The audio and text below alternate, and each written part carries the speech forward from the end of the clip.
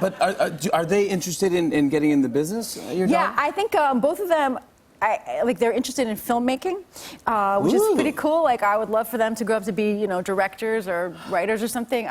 They love to. They're so far apart in age. They're 6 years apart. So one of the few things that they will do together is like make iMovies and stuff. And is a really good older sister moment the other week because the little one was like, I want to make a movie and I want to make another movie, and she gets to be the actress and the older one gets to be the director, so everyone's kind of happy. Yeah. And so she was making a bunch of movies with her little sister, and then Penelope just wanted to keep doing it, and Alice was like, I don't want to do it anymore. And I was like, just do it a little bit more.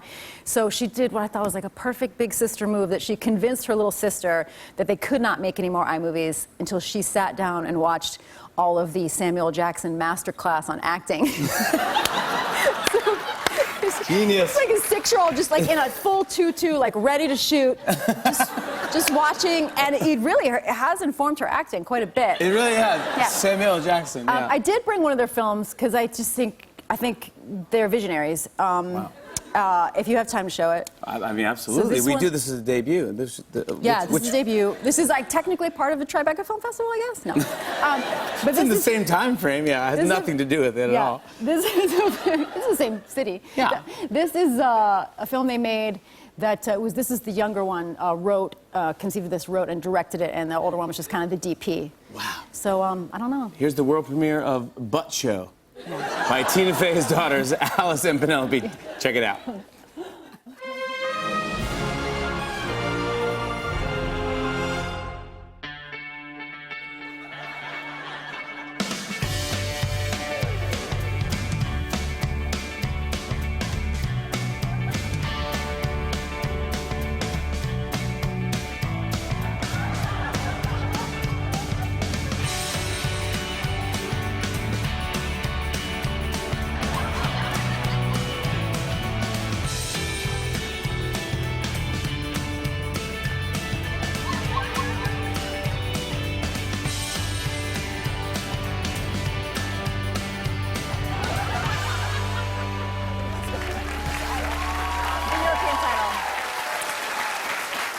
I mean, fantastic. They're very, very, very creative kids. They sold it to Netflix. Oh my God. We make 100 episodes of it. I saw you at the Mean Girls premiere. First of all, the opening night. Look at this, the playbill. Dude, you're on a playbill. I'm in a playbill. I mean, how cool is that? Very exciting. How was opening night for you, honestly? Was it emotional? Opening night was so emotional. I kept saying I felt like it was my wedding, right? Because like my whole family was there, and my best friend from high school, and like I felt like, thank you for coming. Like, you know, Nancy came, everyone who was so meaningful to me, like all my friends came. I sat like between Martin Short and Andrea Martin, which was like comedy Isles of Mine, watching this thing we did. Also, it was really funny because I could tell by the way they were laughing at certain jokes. I was like, oh, they've never seen the movie. That's fine. That's fine.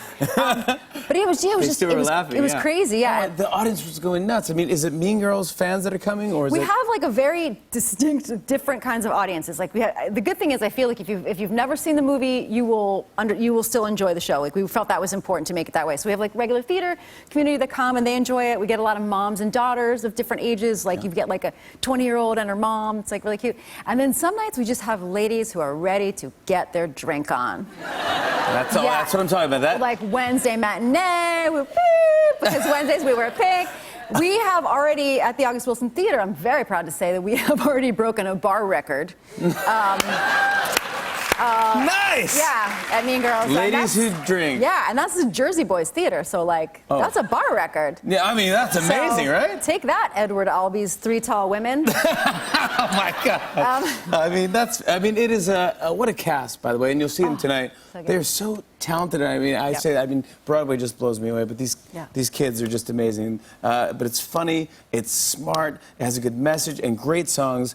Your husband, Jeff Richman, wrote the music. Broadway composer Jeff Richman. Broadway composer Jeff Richman. That's correct. Now, Explain this to me. This comes out, if you could pre-order it now. Okay, so thank you for asking me about this, because you can pre-order the album on iTunes now. I think what happened was, because we're new at this, we set up the pre-order and then we were like, oh wait, we actually have more, let's add a couple more tracks. So then we added some extra content, which accidentally canceled all the pre-orders that we had. So, oh my gosh. Showbiz genius. You're clearly a first-timer, man. First-time record producers. So if you pre-ordered it, could you go back and click on it again? You will not be charged twice. Yes, and you'll get those extra tracks. Yeah, and then there's a track that you can get tonight, too, later. Tonight? Oh, my, I'd Rather Be Me. And this is the actress is singing this. Barrett, Wilbert Weed. Barrett? She's going to come out later. It's unbelievable. Y'all know Barrett. She plays Janice in the play, and this is one of the scene-stealing songs. It's just fantastic, and I love it. It's fantastic. On and on and on. I said, and it's on and on and on.